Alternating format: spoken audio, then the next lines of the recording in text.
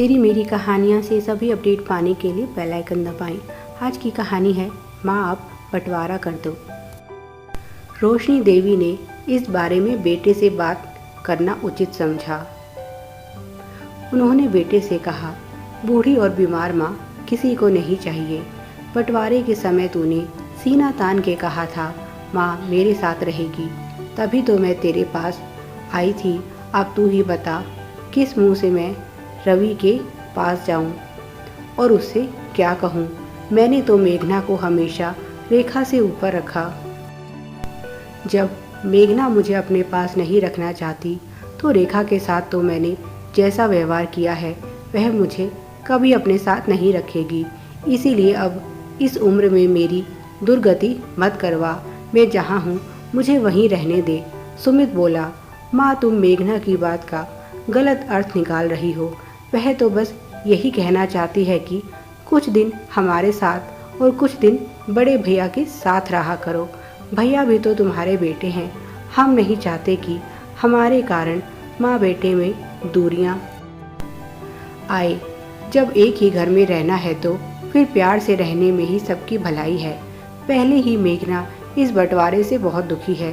सारा किया धरा भाभी का और दोष मढ़ दिया बेचारी मेघना के सर पर, और इसीलिए वह नहीं चाहती कि आप भैया के परिवार से दूर हो जाएं या कल को भैया हम पर इल्ज़ाम लगाएं कि हमने उनसे माँ छीन ली।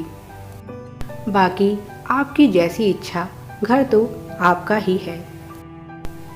बेटे की बात सुनकर रोशनी देवी को कुछ तसल्ली हुई, पर मेघना उनके यहाँ रहने से खुश नहीं थी। इसीलिए अब उसने उनसे बातचीत करना बिल्कुल बंद कर दिया। एक दिन उन्हें बहुत तेज बुखार था। सुमित भी घर पर नहीं था। सब कुछ जानते हुए भी मेघना उन्हें अकेला छोड़कर सहेलियों के साथ बाहर घूमने चली गई।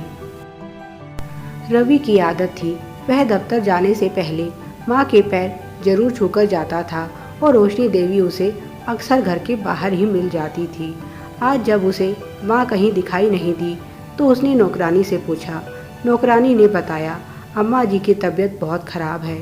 रवि ने पूछा, तो क्या अभी डॉक्टर के पास गई हैं? नौकरानी बोली, नहीं साहब, घर में कोई नहीं है।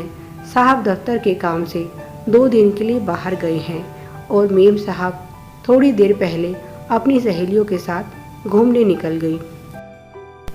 यह सुनकर रवि सीधा माँ के पास पहुँचा तो देखा वह बुखार में बेसुध पड़ी थी।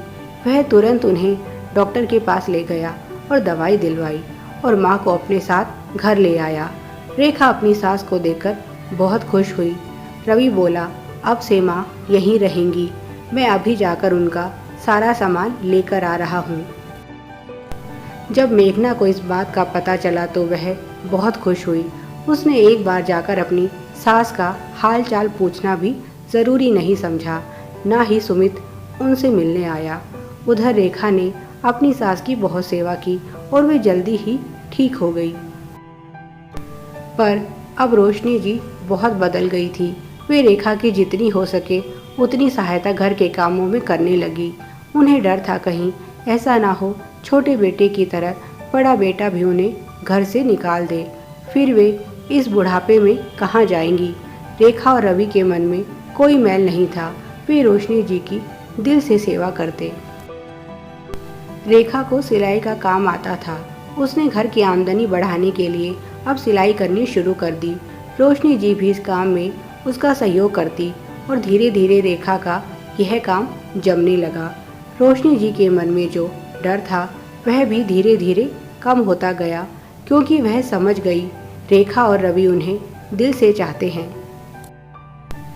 उधर मेघना और सुमित मौज से रहने लगे। उन्हें अपने किए पर कोई अफसोस नहीं था, पर जल्दी ही उन्हें सज़ा मिल गई। मेघना के बीहर में शादी थी, इसीलिए घर में बहुत सारा कैश तो था ही, साथ ही साथ मेघना लॉकर से अपने गहने भी निकाल लाई थी। नौकरानी को सब पता था और मौका पाते ही वह यह सब लेकर भाग गई। दोनों भागे भागे माँ के पास पहुँचे और उन्हें सारी बात बताई। सुमित ने पूछा, माँ क्या तुम्हें पता है नौकरानी किस समय घर से निकली थी और क्या आज कोई और भी उसके साथ था? रोशनी जी बोली, दूसरों के घर में ताक झाँक करने की मेरी आदत नहीं। सुमित बोला, माँ मैं तुम्हारा बेटा हूँ, कोई दूसरा नहीं। तुमने मुझे गैर कब से कर दिया? वे बोली, गैर तो उसी दिन हो गया था जिस दिन तेरी पत्नी ने मुझे घर से निकल जाने को कह दिया था। पर फिर भी मन में आस थी कि बहू जैसी भी हो, बेटा तो अपना है। मैं बीमार थी, रवि ने मुझे संभाला। तू और तेरी पत्नी एक बार भी मेरा हाल चाल जानने तक नहीं आए। तुम्हें डर था कहीं ऐसा ना हो माँ फिर से हमारे पास आ जाए।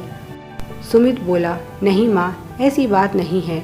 मुझे लगा तुम अपनी खुशी से भैया के पास गई हो, इसीलिए तूने माँ से बात करना बंद कर दिया। बेटा मैंने ज़माना देखा है, मुझे सिखाने की कोशिश मत कर। मेघना बोली, माँ हमें माफ़ कर दीजिए, हम अपने किए पर बहुत शर्मिंदा हैं और घर चलिए। रोशनी देवी बोली, बहू बहुत जल्दी तुम्हें मेरी याद आ गई। मैं तुम्हारी चालाकी को समझती हूँ। तुम मुझे घर की चौकीदारी करने के लिए लेने आई हो, पर मैं किसी की नौकर नहीं जिसे जब चाहे रख लिया, जब चाहे निकाल दिया। आज ज़रूरत पड़ी तो तुम्हें माँ की याद आ गई, कल ज़रूरत नहीं रहेगी तो फिर घर से बाहर कर दोगे। मुझे कहीं नहीं जाना और कान खोलकर सुन लो, मेरा सिर्फ एक ही बेटा है और मैं अपने परिवार के साथ बहुत खुश हूँ। अब की बार रोशनी जी मेघना और सुमित की बातों में नहीं आई और उन्होंने बिल्कुल सही फैसला किया। ऐसे मतलबी रिश्तों से जितना दूर रहा जाए उतना ही अच्छा। मेघना और सुमित अपना सा मुंह लेकर लौट गए। कुछ दिन तो मेघना ने जैसे तैसे काम चलाया, पर कब तक बाहर का खाना खाती। अब रोज़ ही सुमित और मेघना के बीच काम को लेकर झगड़े होने लगे। मेघना कहती, जब मैं तुम्हारे बराबर का कमाती हूँ तो घर में भी तुम्हें मेरे बराबर का काम करना चाहिए।